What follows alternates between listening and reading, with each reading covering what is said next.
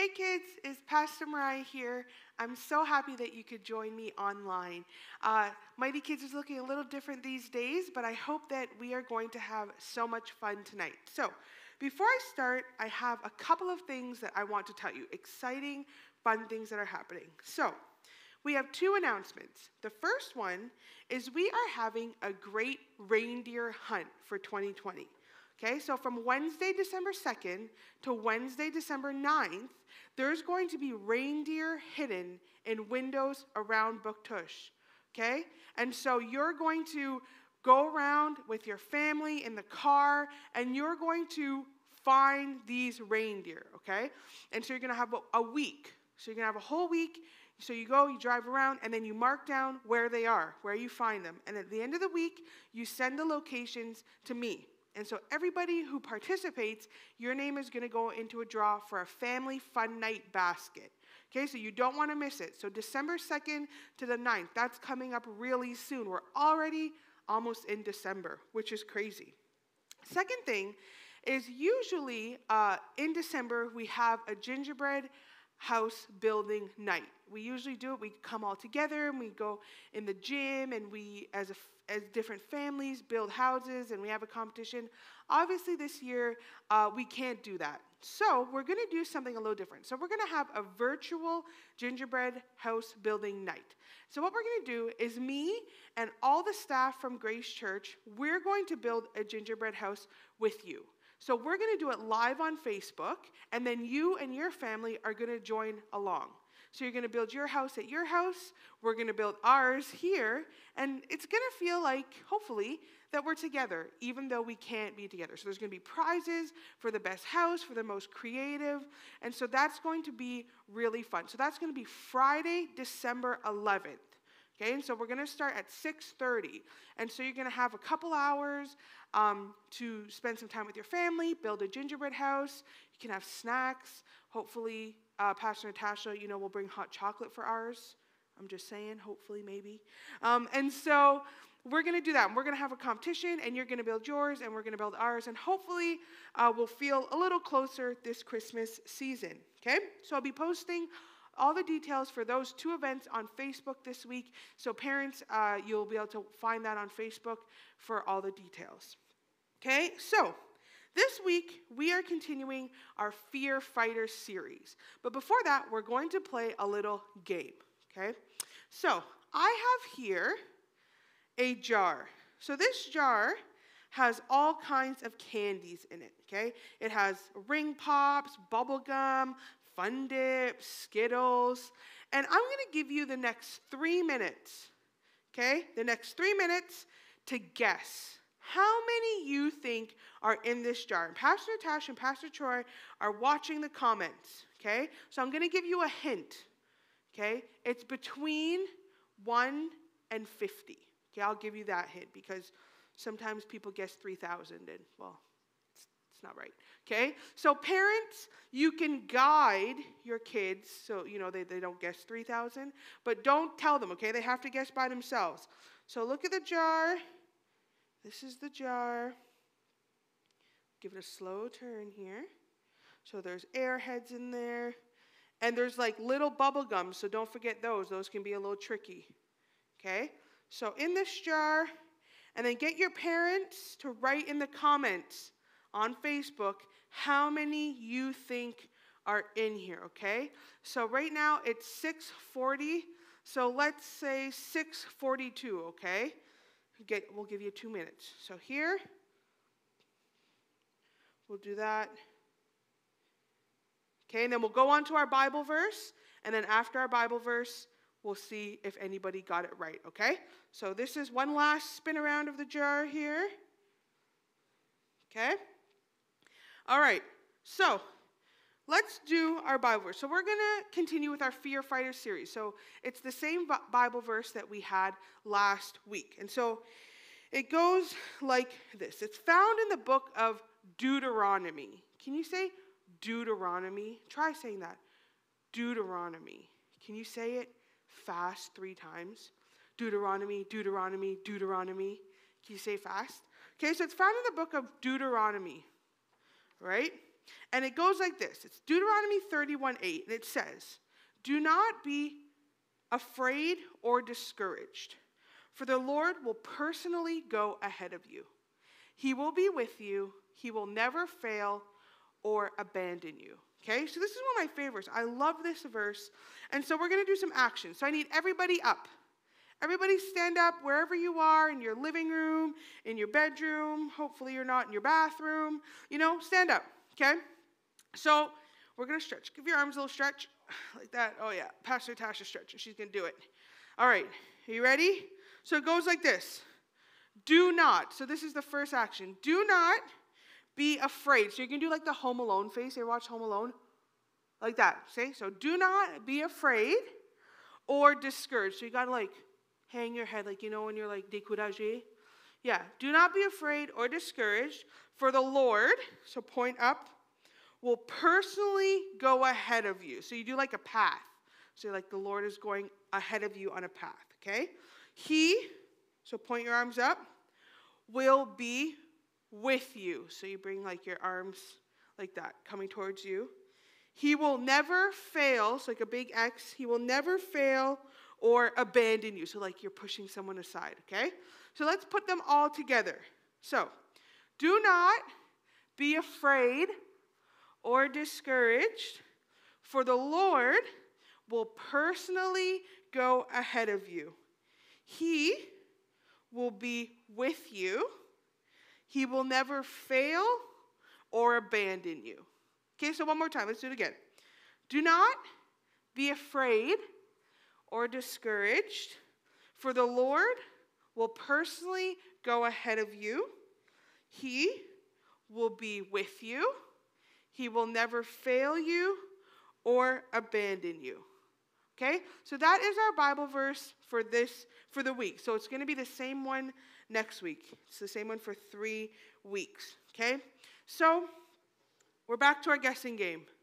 Okay? So this was the jar right here. Are you ready to know how many was in there? The grand total was 36. So whoever's the closest without going over. Closest to 36. Anybody? And if multiple people get the same guess, then I'll make another jar. Okay? So did anybody come close? Oh, everybody went higher. Okay, well, then let's just do the closest. The closest to 36.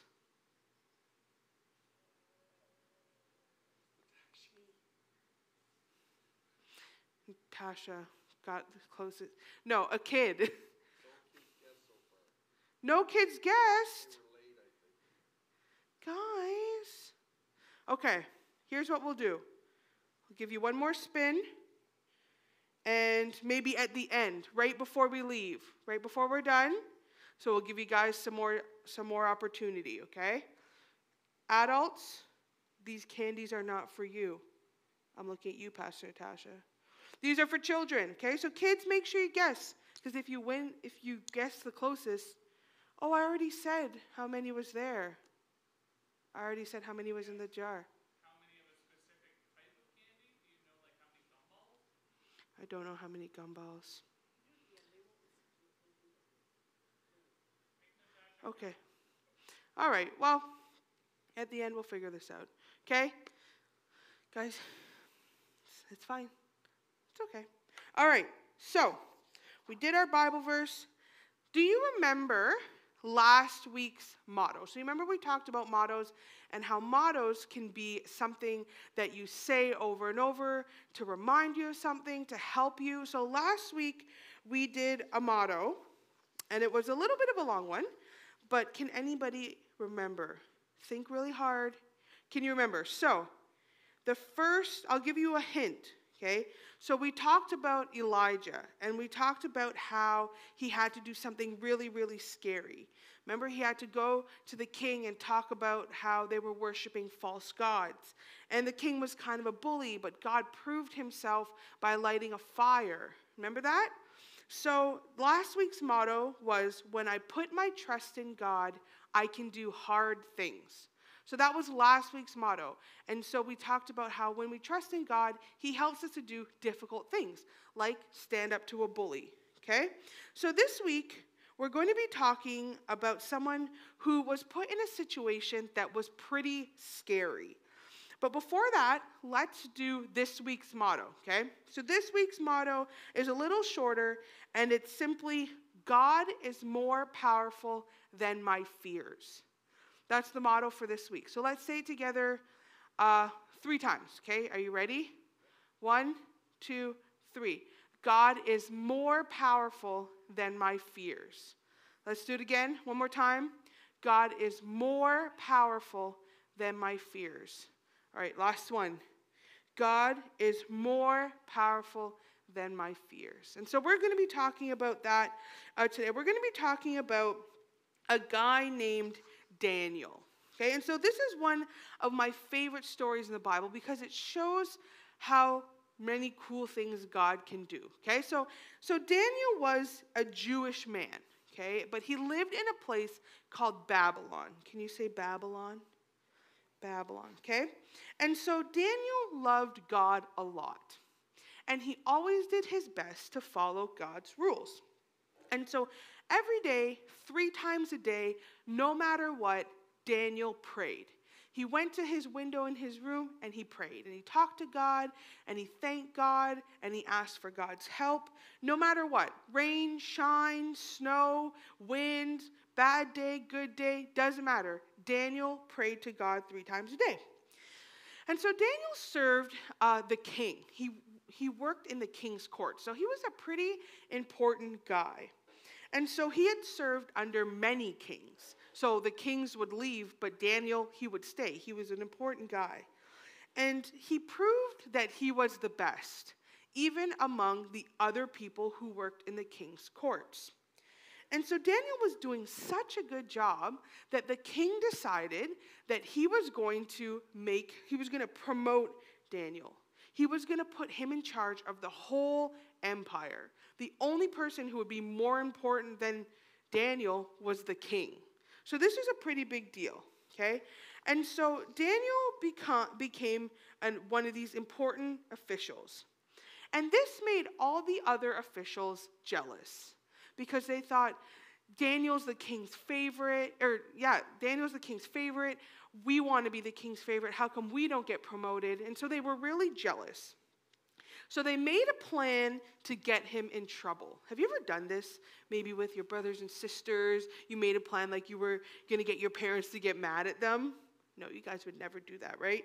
But this is what they did. They made a plan to get Daniel in trouble. And so they tried to find something wrong, something that Daniel was doing wrong. Maybe he was stealing or cheating, but they couldn't find anything. Daniel was loyal, he was responsible, he was respectful. They couldn't find any faults in Daniel. And so they said, wait, I know. Every single day, Daniel prays at his window, no matter what.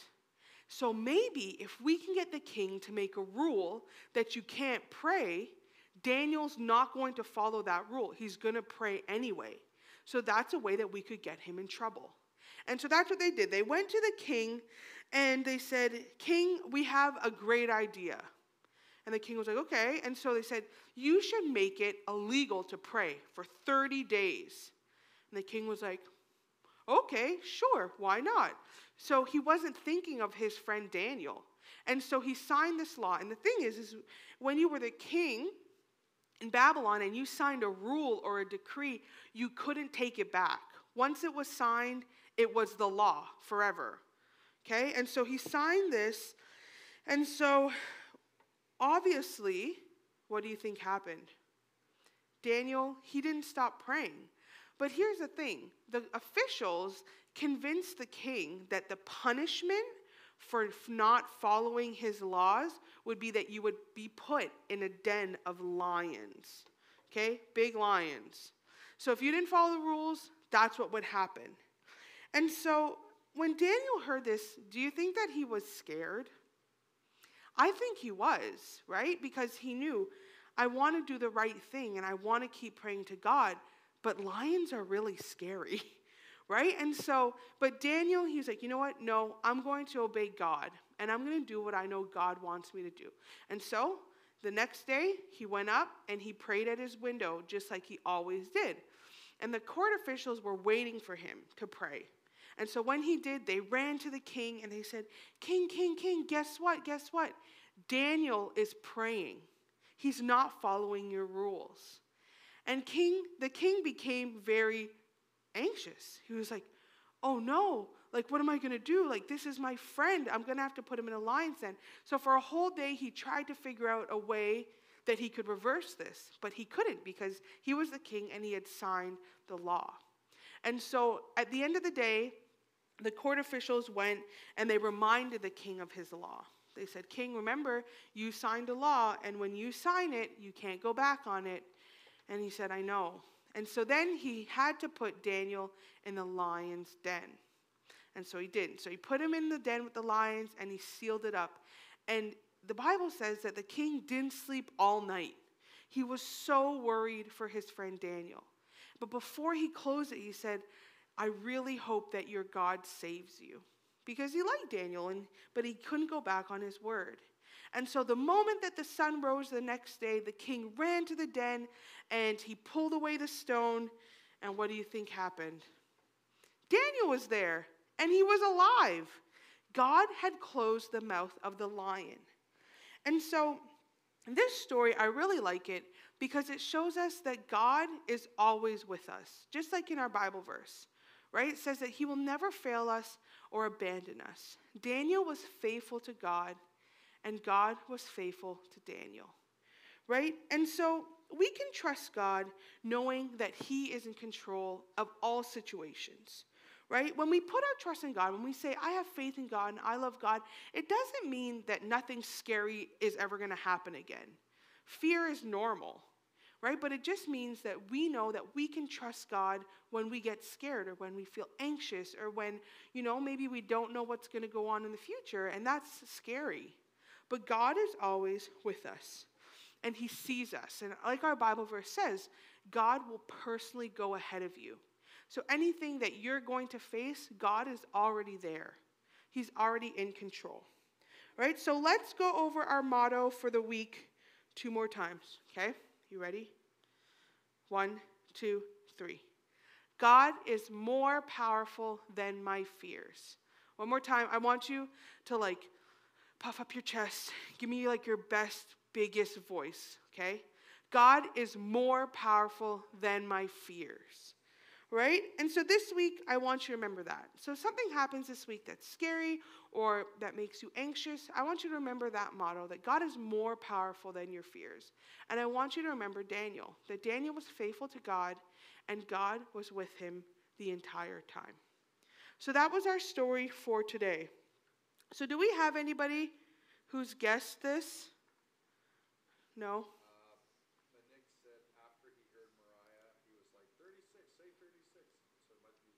Is he the only kid who guessed? But Nick said, I think it's either Marco or... I think it might be Marco. Well, you know what? Congratulations, Marco. You were paying attention. I will bring this to you this week. So, before we say goodbye, I would like to pray for you guys. We're going to close our eyes and bow our heads. Dear God, thank you for today. Thank you for the opportunity to be together, even if it's online. I pray that this week you would help us conquer our fears and that you would remind us that you are always with us and you are always ahead of us. Pray that you would help us be brave and help us be kind. In your name, amen. Thanks for joining me online. I hope you guys had fun, and I will see you next week.